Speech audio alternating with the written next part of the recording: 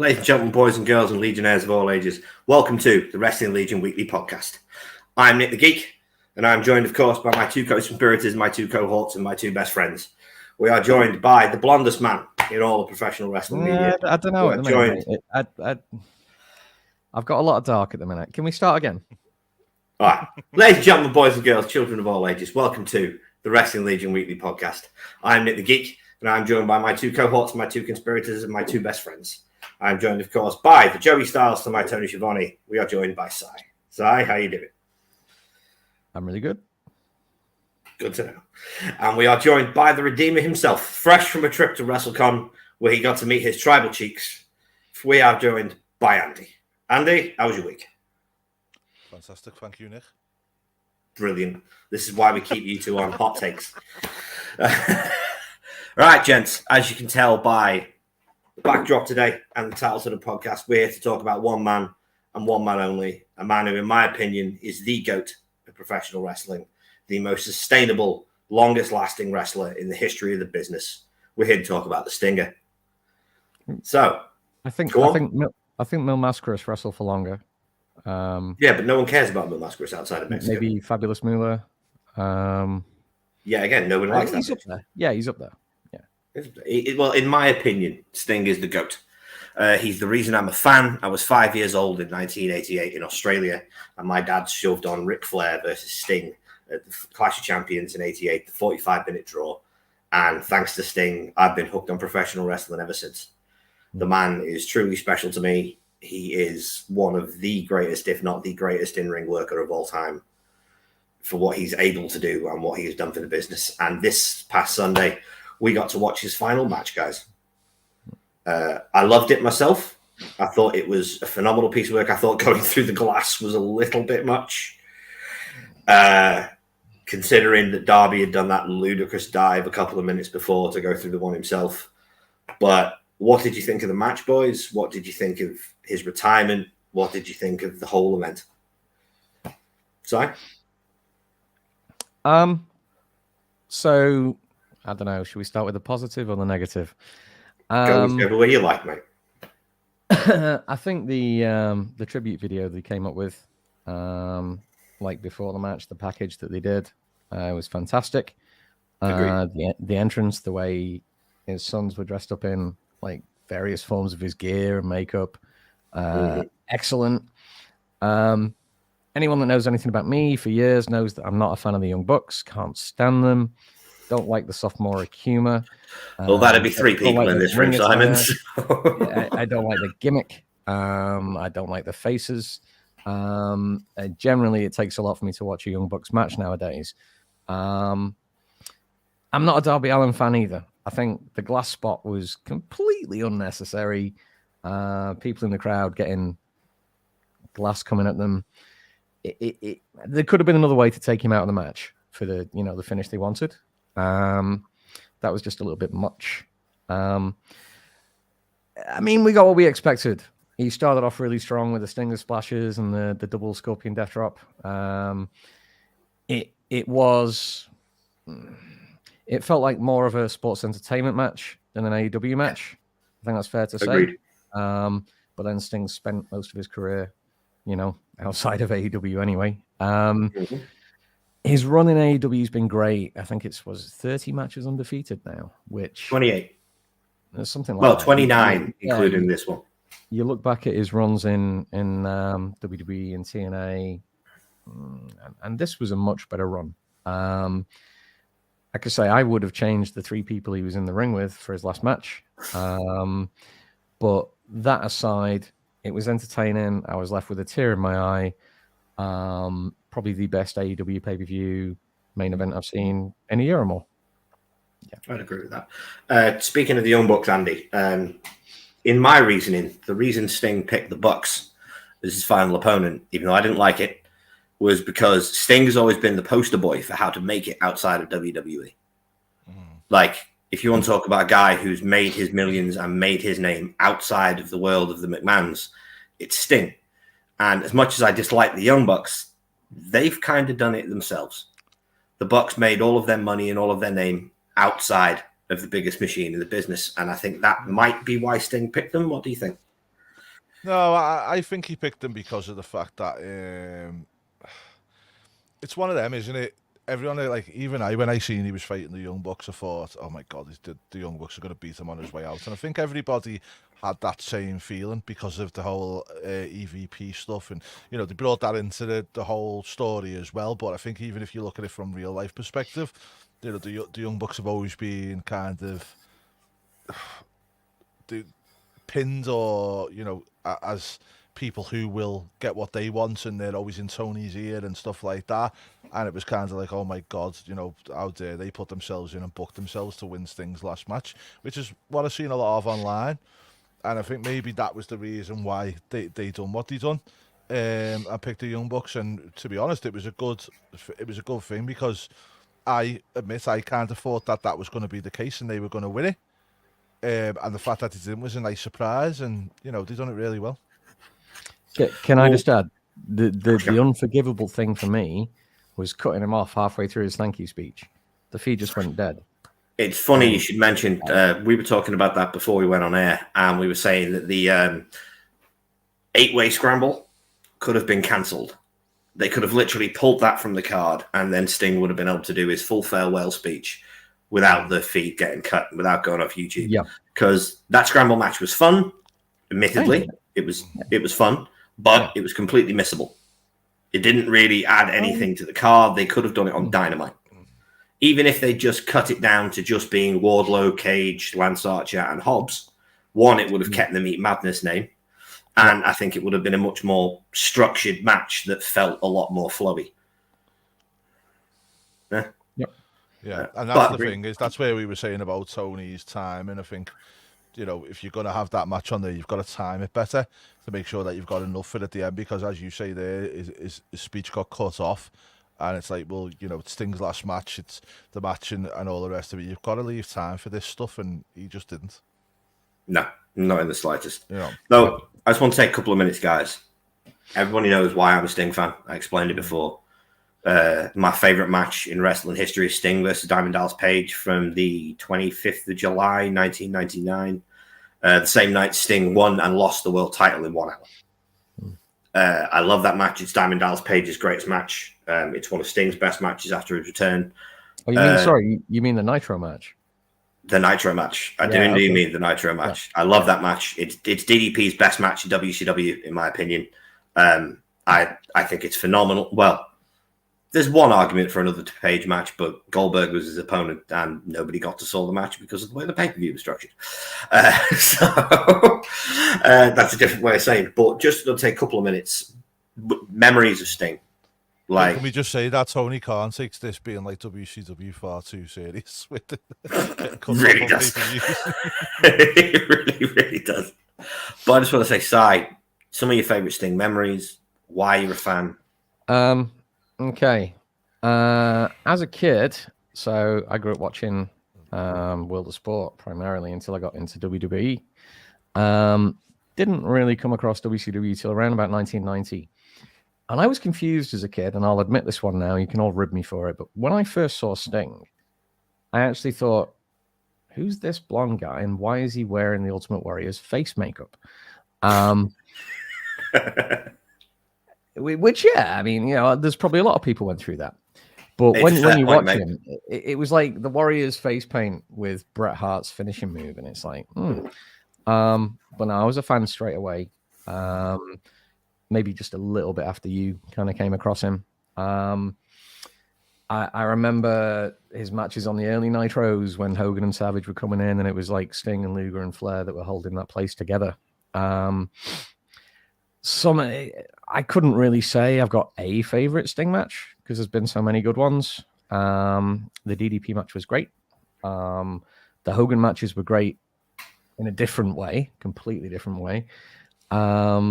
Is feuds with Luger, with Flair, with so many good memories. I think my favorite Sting time, maybe because of the time I was going through, I think I was like maybe 19, starting at uni, when he started doing the crow sting and dropping from the rafters with a baseball bat.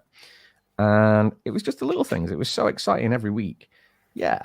When you're watching Nitro, and I was a big Brandon Lee fan and a fan of the Crow as well.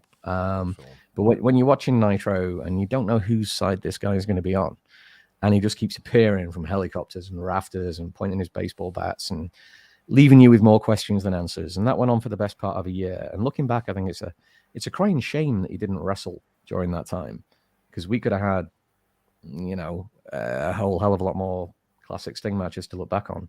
But it also worked. It kept him fresh. It was exciting. Oh, yeah. And that was maybe the first time I remember like a year-long build to a match.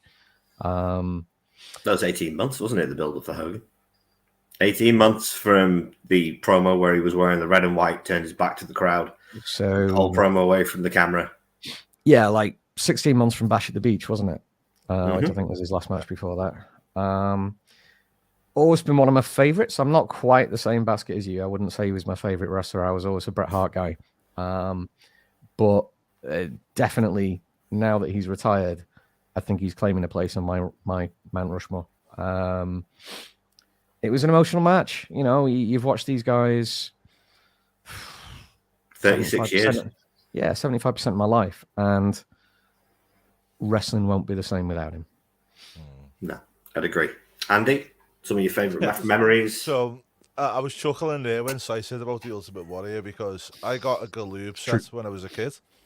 Right. And at this point, I hadn't watched WCW. And I'll never forget turning around to me brother and saying, "Whoa, I got a ring, and I also got Ultimate Warrior and Dino Bravo in the set." And it was actually Sting and Lex Luger. Was it the Sting model where he was stood like this? Yeah, in the blue tights? And Luger was like that. Luger was in that. Yeah, I had those. And my brother was like, "No, that's Lex Luger and Sting." And I was like, "Okay," and who were them? And my brother was like, it's on ITV. I think it was on at the time. I must have been about 6, so we're probably talking 1991, 92. It might have been. Saturday afternoons, Granada. Yeah. And my brother was like, I taped them all as well, so I've got these. And he was showing me some old matches of Sting and stuff. And I was like, wow, this surfer dude's brilliant, isn't he? But when I was like, he's not Ultimate Warrior. He's more of a surfer dude, isn't he? And then that's when I got into him. But as I said, with Si, I think the thing for me is the Crow. The Crow gimmick was just amazing. But I think one thing I'd like to say is, and sorry, Nick, I know you don't like football analogies, but I think it's probably... It's okay, I'll let you get away with it. So, at Everton, we used to have a player called Lee Carsley. He was a centre midfielder. And, you'd always talk about your players and stuff like that, and you talk about your big players and whatnot and what they'd done for the team. And next minute, when he was injured and then he left, you'd never stop talking about him. He was one of them until he was gone. You didn't kind of appreciate him or know what he actually done. And I think that's the same thing with Sting. I think now that he's retired and you actually look back on it, and I know your feelings on him, Nick, but it's kind of like me kind of reflecting over the last few days, and it's like, what a star. And, I don't think people ever put him in that upper echelon as much as what he should have been over the time. And I think now when people look back, they do, say you've just said then, put him in your Mount Rushmore. And I think until now, people don't really appreciate what he's done for the business. But the other thing that I want to say about Steve Boardman, the person, you see Hulk Hogan, the stuff he's had over the years, obviously Vince, what he's going through now, Ultimate Warrior's had his issues, Bret Hart's had his issues. This guy's been in this wrestling business for so long. I don't think I've ever heard anybody have any bad word to say about him. Nope. And not just any bad word, because, Paul Bret Hart, I don't think his was his own fault with the Montreal Screwjob, etc. But it's like, he's never even been involved in any controversy. And you look at the way that WCW evolved from the West Territory and whatnot, Midwest and everything else, and then it got the Bischoff era and the Russo and the failure of it, WCW in the end, and then TNA, but he's never been caught up in anything, and that for me speaks volumes of the man. Behind the mask, if you want to call it, you know what I mean? Yeah. And I think that a lot of wrestlers can learn off him. To the contrary, it's like, I've heard a few stories this week that I never knew. I think now he's retired, people are coming out and they're sharing the stories. It was Vader's son that said that in his dad's last few days, last few weeks, Sting was there every day, calling every day, checking on him. That's the kind of guy he is.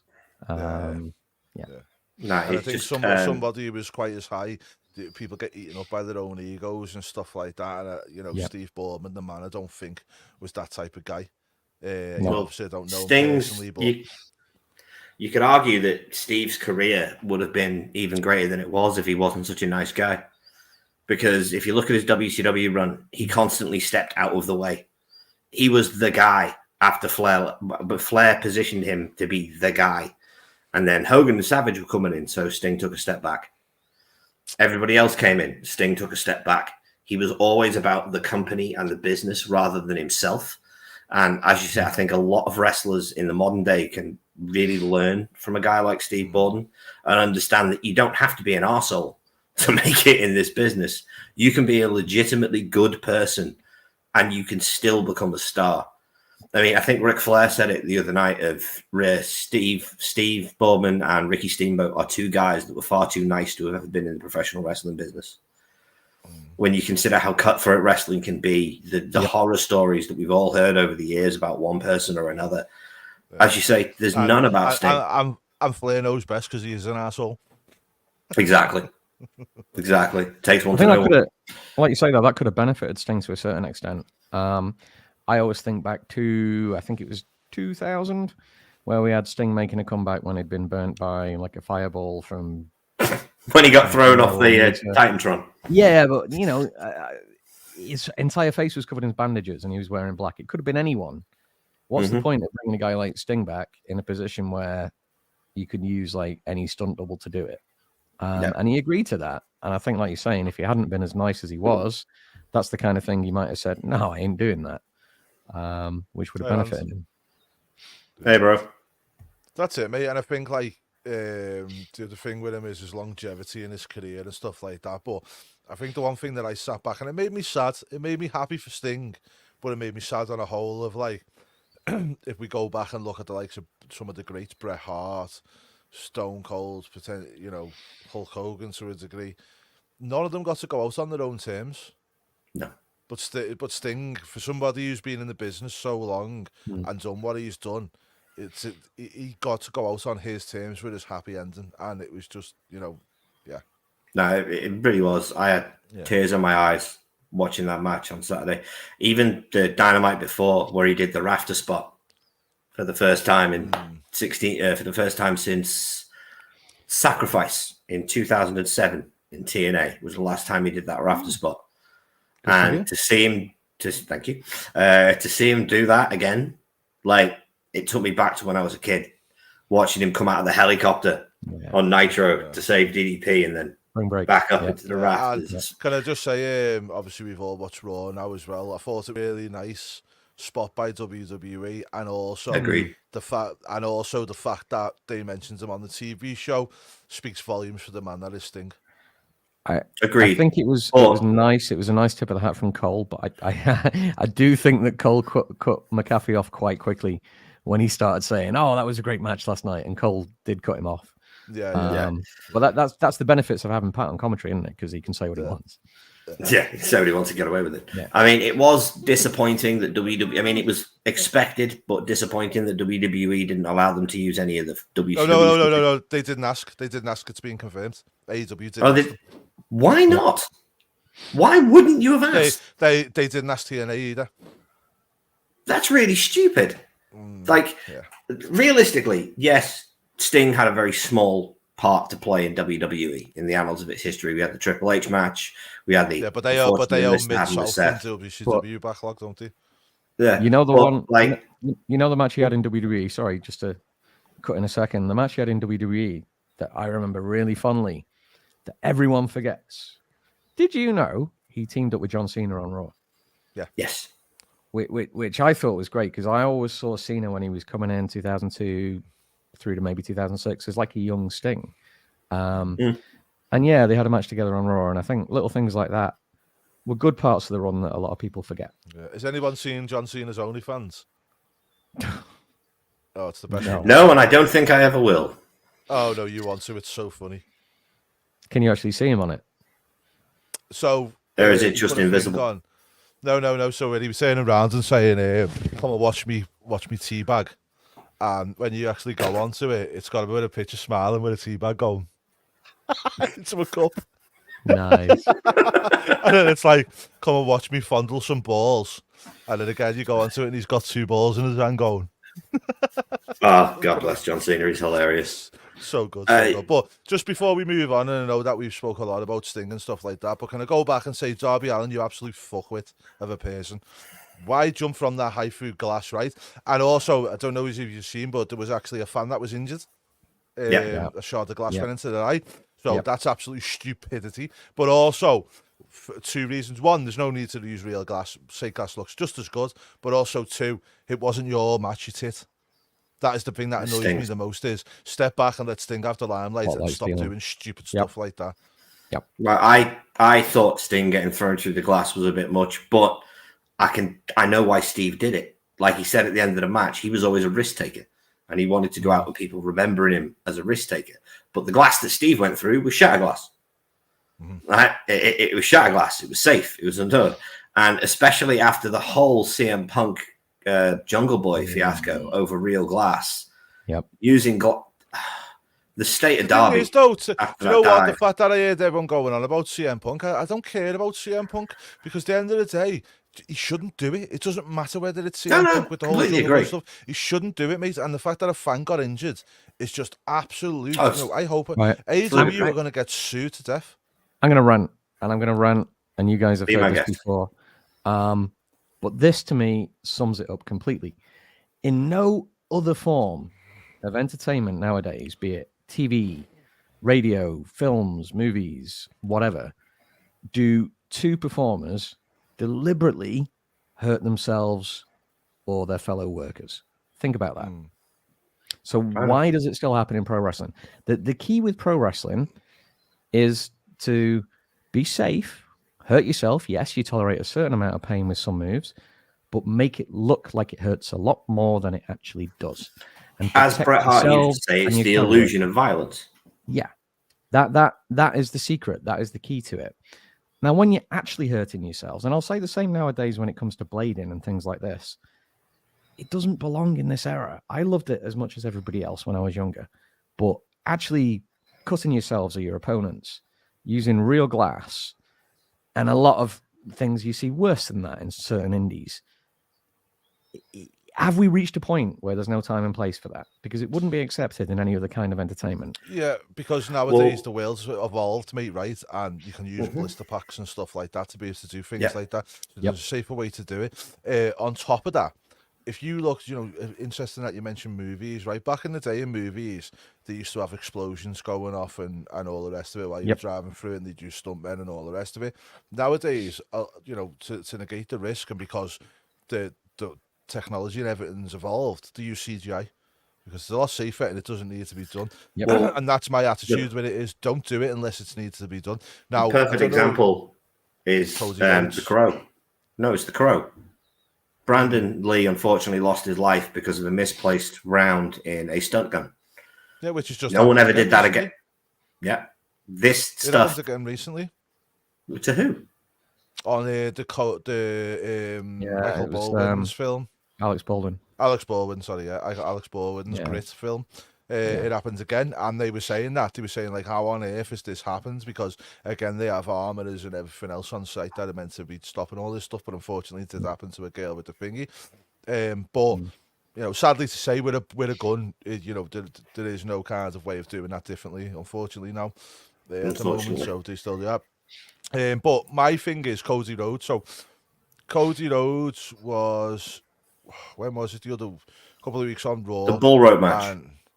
Yes, and he got with Nakamura. Thing. Yeah, and he got misted, and it looked like he was bleeding, and it gives the visual and all the rest of it. Dude, why not do that? If you want to get your visual, get your visual. To me, I will never sit there and watch a match and then turn around and go, "Ugh, that's fake blood." I don't care. It's a fake sport. And unless you're a bald wrestler, put a little blister pack. The world's evolved. You can put a blister pack underneath your hair and burst it when the time comes. Capsules in your mouth. There's all sorts of ways. Think of it this way: when we were younger, I don't know about you, Andy, but Si and I grew up on ECW as part of our wrestling diet. And when you're young and you're stupid and you watch all of these guys killing themselves jumping through glass onto concrete, hitting each other with bottles. When you're 16, 17, this is amazing. And it's just like, oh my God. Yep. The older you get, the more you realize these men are really shortening their careers. Do you want me their to tell you lives. something, though, mate? I'm not even buying that, you know, Nick, because back in the ECW days, there was no alternative for what they wanted to achieve. No. I understand that. I'm just saying that the older you get, the more you realize there is a time and a place, and it was 20 years ago. Do you want me to tell you what it is with me? It's not even that there's just a time and a place. It's, for me, I don't like stuff that happens for the sake of it that doesn't need to happen. So, like, for instance, Darby jumping through that without using, you know, prop glass. Well, prop glass is a thing. Use it. What's the point? Why are you doing that for just the sake of it? Do you know what I mean? It's like the unanswered chair shots to the head. Again, it's got no place nowadays because smack them over the back or use a gimmick chair. You know what I mean? Yeah. The fact that they use a lot of kendo sticks and that, fine with all that stuff. I enjoy watching it. It's great, but it's just the nonsense that doesn't need to happen. That's what annoys me, is when things happen when there's an alternative that's a safer alternative. Let me take a slightly different spin and ask you both: when did either of you last watch a hardcore match or a death match, call it what you will, where the crowd was like super into it? Because half the time they end up taking place, you know, you get brawls backstage, you get walks and brawls, and you get a big spot or two that gets a pop. But I don't see any reason now, particularly after the COVID era, where matches like that can't be pre-taped. You know, like Taker AJ. There was a lot of violence in there, but it was done safely because it was pre-taped. Yeah. Well, I mean, to answer your question directly, the only place where death matches are done live now is either CCW or GCW. And as you know, thanks to an old friend of ours, I've watched a hell of a lot of GCW. And I will say, first and foremost, that they're the worst parts of the show. Like, I don't want to see a guy spend 20 minutes smashing light tubes over someone else's head. It's not wrestling. Let me ask you It's this, though, as entirely- well. Getting hit by a light tube or throwing yourself through a full plane of glass, what's worse? Oh, the pane of glass. Like, by far, it's Sounds worse, a lot, because doesn't light tubes are bad enough. But the thing is, carrying on with the Darby subject, I just want to point out how stupid Tony Khan is right now. Darby Allin is apparently off to climb Mount Everest. Yeah. Now, can you imagine? In fact, I'm even going to go with the football angle for you two. Do you know a single football team owner from Liverpool to Everton to anywhere in the Premiership that would allow one of their players during the season to climb a mountain that kills 60% of the people that attempt to climb it? Well, for one, I think that the only thing I'd push back at you there is wrestling doesn't have an off season, so you can't really compare that. I know, but I'm just one thing. But I get what you mean, mate. And one thing that I will go in and say is footballers have risk elements in their contracts that they're not allowed to do certain things while they're under contract to a club, because at the end of the day, somebody's protecting an investment. Now, it's the same with myself. Jim. Hi, Jim. Hey, You all Jim. right, mate? Now, whether Darby Allin likes it or he doesn't, he's an investment and he's also an asset to the company. Agreed. So for me, it's kind of like, why would you let one of your assets go out and do something very silly like that?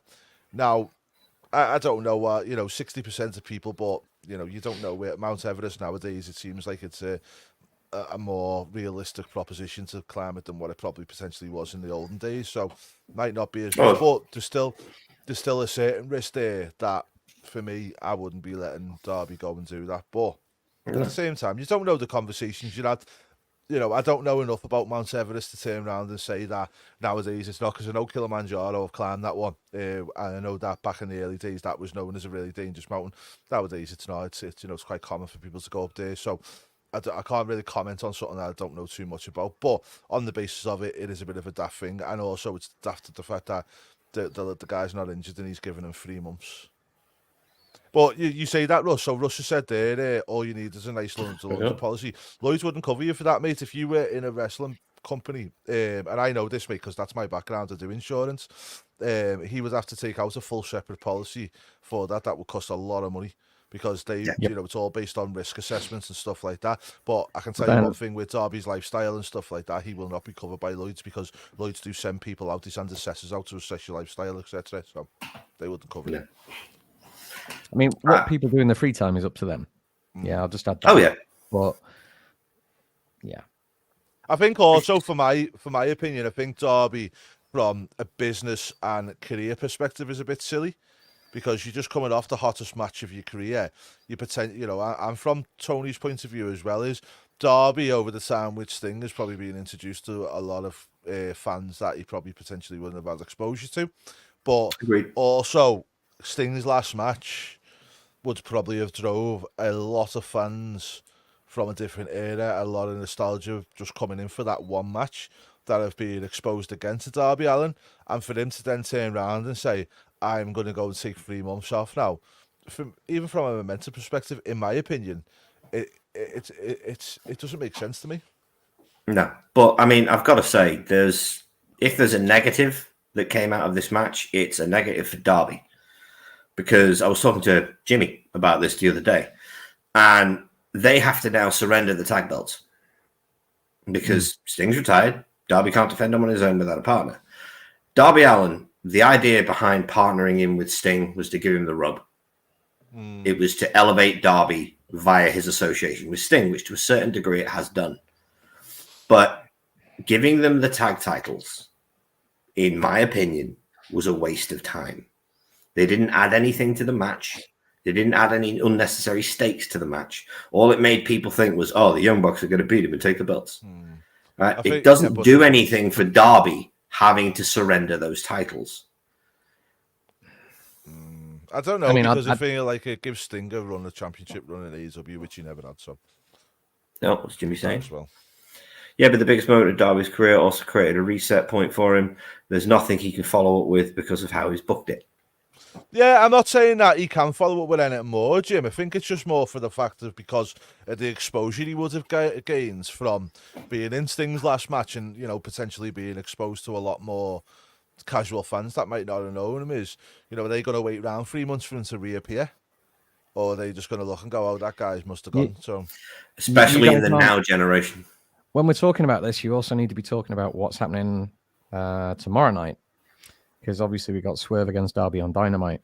And to me, it's pretty obvious that Swerve is going to put him out for a while, put an injury angle on there. And then when Swerve beats Joe for the belt in the next month or so, Darby will be the first challenger when he comes back. Yeah. Which is great. Apparently he's also wrestling Jay White next week. Oh, is it Jay? I thought it was Swerve. No, it's Jay. Well, it's Jay, so he's wrestling one of the members of Water Pittance. Yeah. Right. Okay. Yeah, but even with that, I feel like it's okay. It's all great and well and stuff, but we're still losing out on that momentum, in my opinion. Yep. No, I'd agree. You know what I mean? Yep. I'd agree. But it does open up the door for another roster member to come back, because I'm sure we've all missed Jungle Boy. Piss off. But do you know what? Right, for me, do you know what it's like? Right, it's like one of us appearing on, say, bloody what, a Conrad Thompson show, yeah, and then not doing a podcast for 6 weeks. Do you get what I mean? It's just, mate. Oh, okay. Like, so he's wrestling Jay White on the Big Business Show side, so he could be wrestling Swerve this week.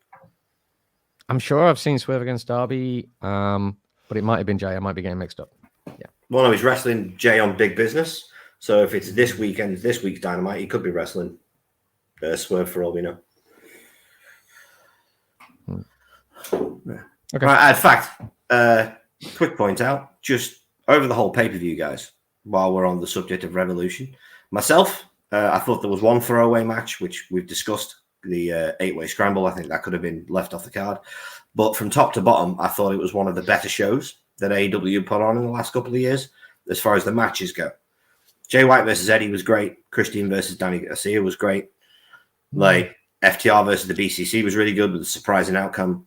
I thought the show, all in all, was good from top to bottom, and it did a good job of building. Would you guys agree, or do you think that it's still AEW being AEW? So for me, as you guys know, since Punk left, I've been a casual AEW viewer. I've not watched every show. I've not watched every match. I've partially lost interest in it. There were a lot of faults with the pay-per-view, and even on the pre-show. Starting at the top with Jay White using cheap pops in a really cringe way to get a reaction from the crowd. I actually really enjoyed the 8-way. There were ups and downs. It was probably a grade C show for me. Nowhere near what WWE's been putting out this past 6 months. But I think it was also the best AEW show I've seen for 4 or 5 months. I'd agree. Has it made me want to watch it again regularly? No, I tuned in for Sting. I watched to see Sting's last match. I think you've got Joe and Swerve coming up, but there's not a whole lot there to grip me as now a casual AEW fan to drag me back in. No. Andy? I think the same as Si. I thought it was a solid show. I don't get why Samoa Joe's still champion. I thought he was just going to be a transitional champion. It should have been Swerve. I love Joe. Right? I do love Joe, but you two will agree with me. We watched them live twice. We've seen them once at Ring of Honor, Supercard of Honor last year, and I thought he was awful. And I thought he was awful. And then I seen him against CM Punk at Wembley, and I thought like Punk was the one bouncing around for him. So I didn't really, It was a good show, Jim. It was a good, solid show, mate. I wouldn't go as far as that. For me, it was about an 8. I'd say an 8 out of 10. It was really good, but again, same as side doesn't make me want to sit there and watch it every week. No, I don't think the outcomes make me kind of go woo. Do you know what I mean? I like the fact that Eddie Kingston beat Brian Thingy, but yeah, Brian. But again, and one thing I will say is, as always, it was too long. Yeah, 12 matches was too long. As my brother puts, Joe is a 15-minute man now. Yeah. It's an unfortunate fact. He's become a 15-minute wrestler. I myself will partially agree with Jimmy. I'll give it on the AEW scale a 9 because I think it was better than any of the shows they put on for about a year. But as you say, Si, compared to the product that WWE have been putting out on a monthly basis, it's not even in the same league. And compared to AEW itself 3 or 4 years ago. Yeah. Oh, I mean, but Andy brought the best point, which is Tony Khan needs to learn about pacing. If you watch the most recent WWE show as comparison, which was Elimination Chamber from Perth, there were 5 matches on that card. Yeah. Each match had the right amount of time, it had the right amount of build, and it had the right pacing to lead into the next match. It kept the crowd hot. Nobody got worn out. Yeah, can I just make an example as well as the match between Peraza and Tony Storm? Yeah. The girls were trying the best, and I thought they put on a really good match. The crowd was knackered. Yeah. The crowd weren't reacting how they should have done because they were knackered. I'll also say, the same match. Straight up at the minute, I can't remember because I've got a bad memory where it was. I saw it live. It was either NXT UK or Progress. But yes, they had a good match. Yes, I like Deonna Purrazzo in AEW. Yes, I love Tony's timeless gimmick. But that match was not a patch on the match they had 5-6 years ago. No, I'd agree. I was there for that match, and it was. Oh no, as I say, something I was else. saying the guys were really trying the best, but you could see the crowd weren't reacting at all, and then they started to get into it towards the end. But I do believe it was a bit of fatigue from the crowd at that point. Well, the problem you have with an AEW show is you're in for a 5-hour stint. Bang, bang. 5.5 it was. Too much. But there you go. Yeah. It's a 5.5-hour show, not including the pre-show. That's a very long period of time. Including the pre-show. Including 0 hour. Oh, including the pre-show. I thought it was 5.5 hours. Yeah. But it was just a case of if AEW are now planning more pay-per-views on a yearly basis. They're moving up from 4 to about 8, not including the 3 Ring of Honor shows. Yeah, I was going to say they had like 8 or 9 last year. Not including the 3 Ring of Honor shows. Yes, so they have now. April, Dynasty. But they're planning to increase the number of pay-per-views. Tony Khan needs to realize that you can increase the number of pay-per-views, but they don't need to be 5 hours apiece. No, we went to WrestleMania. It was really well paced. I attended Money in the Bank this year, and I was knackered at the end of it, but in a good way. I felt like I had the energy throughout the whole pay-per-view, and with the Civil War and stuff, it was really good. You know what? I've got the perfect example. I was done in. All in. By the time we got to the main event, I just didn't care because I was just that tired. I was just like that's the thing. You stayed in for the main event with me, Andy, with Ashton, because Ashton was super excited for it. But yourself and my brother, Si, were so far gone by the end of the main event that you left before the MJF Cole match started. We left during the entrances because at that point we'd been in the arena for over 5 hours, and it's just too much. It's too much of a Yeah. good thing. Let's keep shows to like 4 hours and a half hour pre-show. And that goes for any company. Anything more than that is just overkill. It's information overload. It's just too much going on. Crowd doesn't care about women on Collision. They had a great segment. The crowd was dead at that too. I agree. This is a big problem, I think, with AEW. How many people were actually there in the gym? No, but this is a big problem, I think, with AEW is they've booked their women's division into the ground. Like, there are a tremendous amount of talented female wrestlers in AEW. There really are. They are top-notch performers who are really good in the ring. You go from Toni Storm, Deonna Purrazzo, Britt Baker. Right, straight up at the minute. I think the AEW's women's division has struggled a lot since they lost Jade. Agreed. I think many ways, and I'm not meaning to upset anyone in particular when I say this, but one of the champions should not be a champion. It's like it's booked upside down, the rota.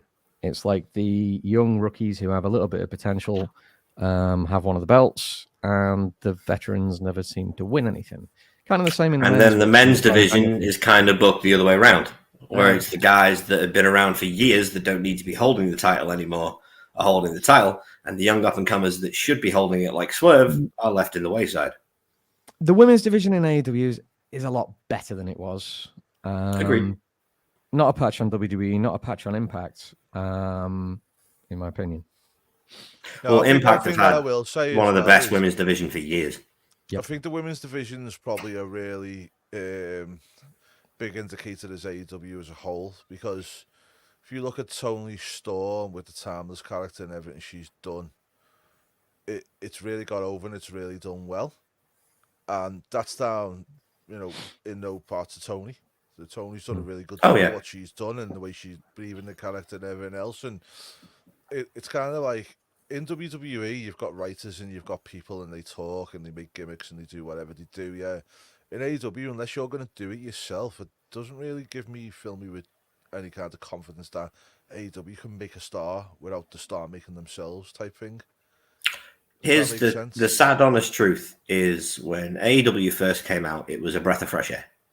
When AEW first came around, it was a breath of fresh air. It was this alternative. It was something different to WWE. Now, as times have gone on, it's become a mishmash of 2000's WCW and 2005's WWE. It's become WWE light. It's like he's attempting. It's like he's attempting. Agreed. But it's like he's attempting to book the way WCW was booked, but give it the shine that mid 2000s WWE had, when it's supposed to be something completely different. I've always used the term indie-rific to describe AEW, especially Dynamite, because I feel that's what AEW was supposed to be. It was supposed to bring the indie feel with the big money on a big money stage. And like you mentioned this a few months back now when Collision started, Si. Collision felt like a much more organized sports entertainment derivative show. Yeah. It felt like that was the point. And it was the point that Punk was trying to make, was Collision has one feel, Dynamite has another, and then you're getting the choice of whichever show you want to watch, and you can be a preference to one or the other. In much the same way, just to jut in a second, that WCW for a year or two tried to use Nitro to get over the big kind of sports entertainment, household name, smoz match nonsense and the storylines, and they used Thunder for the actual in-ring wrestling. Jimmy says, Twilight Revolution, I felt like it was alternative again. I will give you that, Jim. The show felt like an older AEW show. Yeah, what do you think about them bringing back to the two holes? The new stage. Oh, the thingies.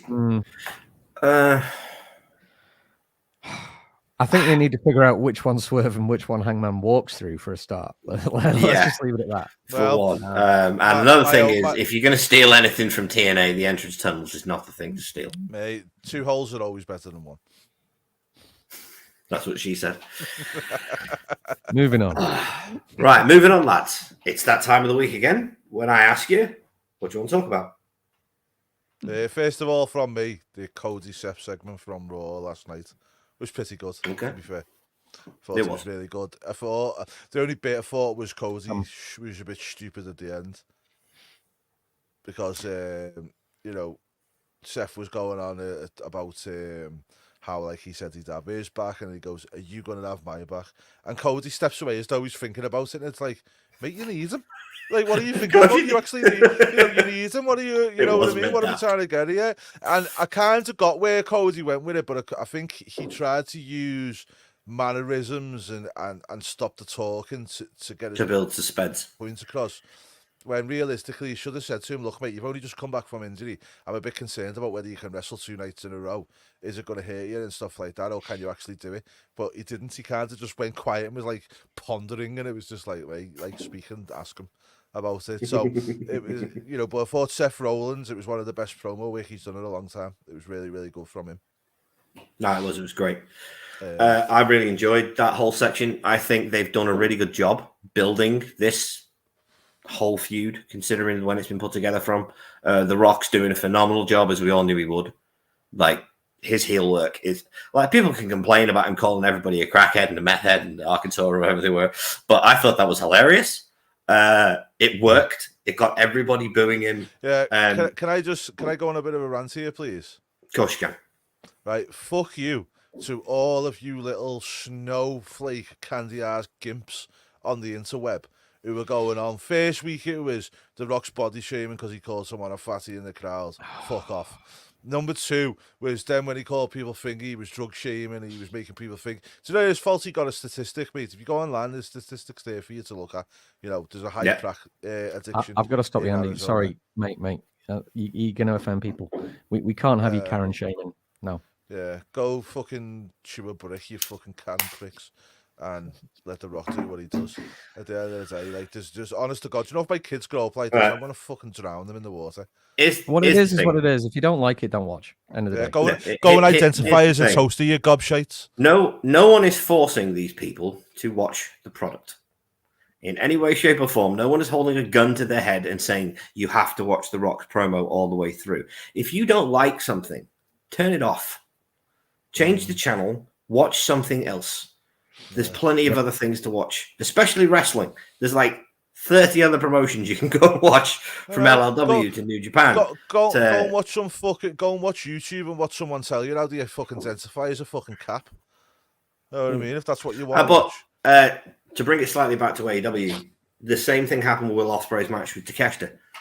You've got a lot of snowflakes online going, "Oh, it was too violent. Moves don't mean anything anymore. What's the point in the match?" It's like, it was a showcase for Will. It was a good match, but even I will join the group that is complaining just a little. I'd give it 4 stars, right? I enjoyed the match, but just a little bit, just a tad. They needed to sell more. These minute-long spots where there's no selling both ways just makes wrestling look as if it's not real. Yeah. And when I'm watching, I want to suspend my disbelief and I want to believe that it's a legitimate match taking place. And you can't do that if they're not making it look that way. Yeah. I agree with that. Wrestling for me is like that. That's one thing I like with WWE, and size 100% right. I think I remember watching Kenny Omega versus Bryan Danielson back in the day when they wrestled in AEW, and it was like that match for me was a perfect example of, as he says there, you get lost in it, and I got lost in that match because I was like, hell, that Bryan's really hurt here. And credibility. That's what you need. They really played it, and that's what I want. I don't, at the end of the day, I deal with real life all day, and when I come and watch wrestling, but Bryan's the perfect example of how you do it right. You look at his another great example for AEW with Bryan was the Iron Man with MJF. That was a phenomenal piece of work. The other night, the match with Eddie was brilliant. And did you see the little vignette he dropped online of the two of them after the match? No. So they were both getting taped up in the locker room together. Yeah, they were getting taped up in the locker room with Finger, and Eddie's like, that's all I wanted, mate, man. All I wanted was you to acknowledge me and stuff like that. And it was good. It was really good. Yeah. Really good. But, Si, what do you want to talk about?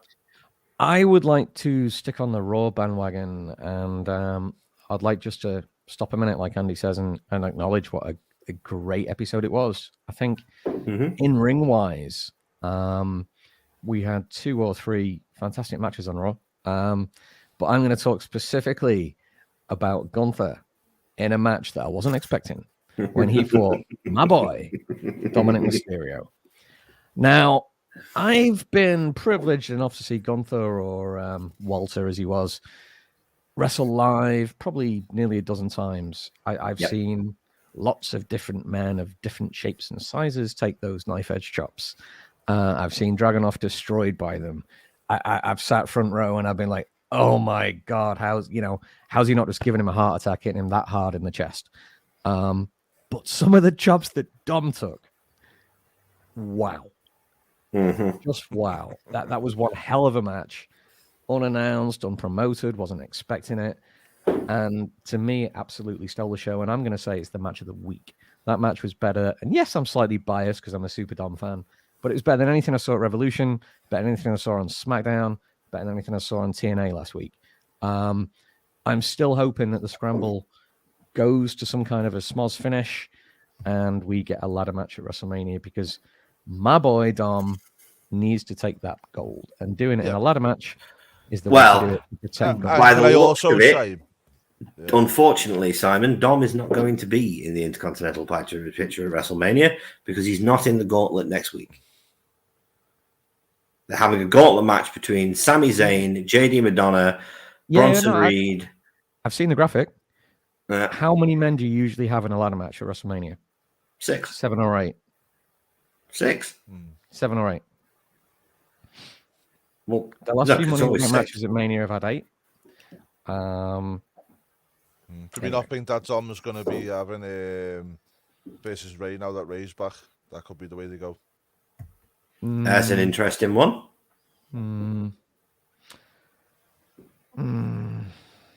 It's possible, Si.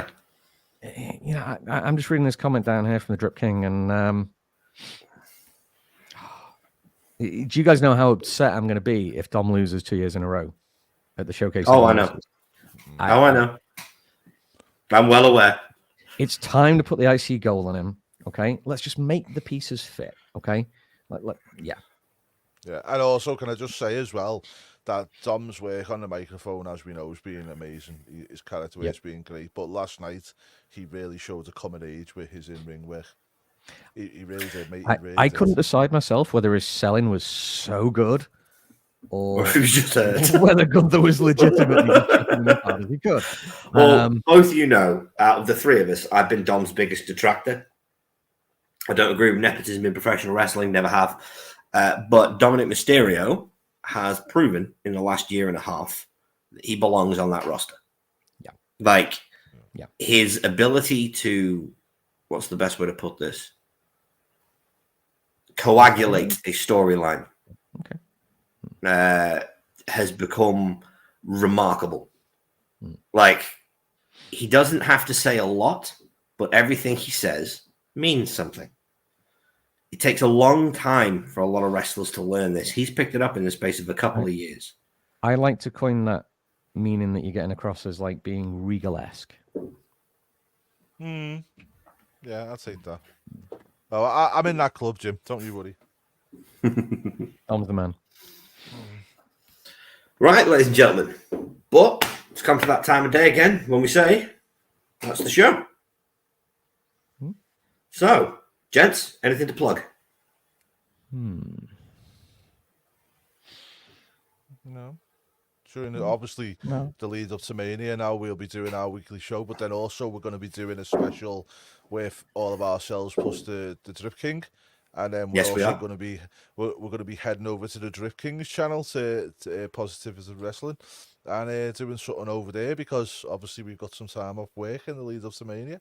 So yeah. Well, we're going to be doing something with Jimmy. It'd be nice for yourself after so long to get over to Jimbo's channel. It will. It really will. Also, ladies and gents, if you'd like to join me on the 17th/18th, not finalized it yet, here on the Wrestling Legion YouTube channel for the next episode of Wrestling with Your Thoughts. It's fancy booking warfare. It's loads of fun, and it's a number one contenders match to see who goes after Jim for his title. Simon? I'd like to take 30 seconds before we go. Wasn't there something else you needed to just announce about the predictions competition we had last week? Yeah, sorry. Before you say a word, can we all just take a minute And a round of applause for Simon, because in all adversity of Nick's tricks and is everything else he tries Excuse me. to do No, right. to try You and stop muted. this. Muted. No, Well, I'm sorry you Muted. felt the need to mute, Andy. Right. And I do feel, Muted. you know, he is besmirching you. But I believe what he was about to say was that maybe you were cheating with your predictions in the past, and you know he's got an issue with that, and he's nodding away now. And you know, regardless of whether there was or wasn't any cheating, you know, I think there might have been. I do not cheat. You guys Um, just don't listen. I- There's a complete set of different rules there. The point is, I've been back and I've rewatched last week's show, and I think I beat you by either 2 or 3 points. I lost count. You did indeed. But It's 3 points. yeah, so it's a pleasure to now be the number one contender to Andy's championships. If you want to unmute him Yes. again, There we go. I'm not sure when we're going to do it, but I was just I'm I gonna was challenge writing a you. I was just about to write a message out to put up to the screen saying he says he doesn't cheat, he just changes the rules mid-term. No, I don't. You guys just don't listen. This is the simple fact. If you actually listened more, you wouldn't accuse me of cheating. But you don't So listen. Andy, I'm challenging you now for the gold, mate. I'm coming after you, and I think it's going to be night 1 and 2 of WrestleMania. We're going to get our predictions in a few days before, We'll have an Iron Man over the 2 and we'll nights. see who comes back from Philly with the gold. We will be doing the predictions the week before we go WrestleMania, so a few days before we travel. We will get the predictions in, and we will see just whether Andy has to shine up that gold real nice and pass it over to Simon. Yeah, well, as I say, congratulations, Si, in the face of all this adversity, and you still win. Do you know what I mean? Well done, mate. Yeah, it's hard to beat a cheater sometimes, but It's like, do you feels know what? You two just no. Stop. I've had enough of this. I don't cheat. You just don't listen. Yeah. Neither of you listen. Instead of Cody's adversity, Si got through his adversity, Nikki. I don't cheat. I have no need to cheat. I'm just good. the first Simon step- beat me with honest to goodness predictions, which is what I like to run the rules off. If you guys don't listen, right, this is not my fault. Was that like Now- at the Royal Rumble when you started throwing out like entrances? And That stuff wasn't at like the Royal that? Rumble. It was an Elimination Chamber. And those rules, if you go back and watch the show that we did the predictions on, were explained clearly on the show. But I say I again, think- you don't listen. Nick, I think you doth protest too much. I think you're No, over I defensive don't here, just mate, and I protest think too there's much. maybe So what some- he'll do Not be is, accused of like, being a yeah, cheater. I'm going to tell you how it is, right? So we'll go. Okay, at WrestleMania, we've got Roman Reigns versus Cody Rhodes. Predict who wins the match and what colour shorts they've got and what to do with. Anyway, you should be happy. That's exactly it, man. Exactly it. Jimmy floored me because I booked with my heart, not with my head. Except, Jim, I still got the Sting match right, and you picked the Young Bucks. So shame on you. Right, That's either not way. really that's not really a prediction. That's just a spoiler for you, innit? You were never going to go with Yeah, anyone else. I don't know how you're bragging about that, dude, when you didn't even know that Danielson was going to lose. It was obvious. No, I just wanted Brian to win. There's a difference. As I said, But that's predicted with how my you. heart, not with But my that's head. why you're. I was going to say, yeah, that's why you picked Predicted Sting. with It my was never- heart, It wasn't. not with It my wasn't a head. great. It wasn't a great prediction. It was just. No, there wasn't a you're never choice. gonna go against There him. wasn't a choice. But, ladies and gentlemen, that's the show. If you'd like to join me on the 17th/18th of this month for the next episode of Wrestling with Your Thoughts here on the Wrestling Legion YouTube channel, I'd greatly appreciate it. Anyone that watches the show, please subscribe to the channel and join the Legion. It's a big help. It's free. It's the only way the YouTube algorithm knows we exist. And if you made it to the end of the video and you can tolerate the three of us for this long, it must be worth leaving a like. Yet again, it's free and it really helps us out. So just remember, we are three geeks obsessed with a good show, and your opinion means nothing without yours in the comments below. See you next week. Wrestling Legion, we make it make sense.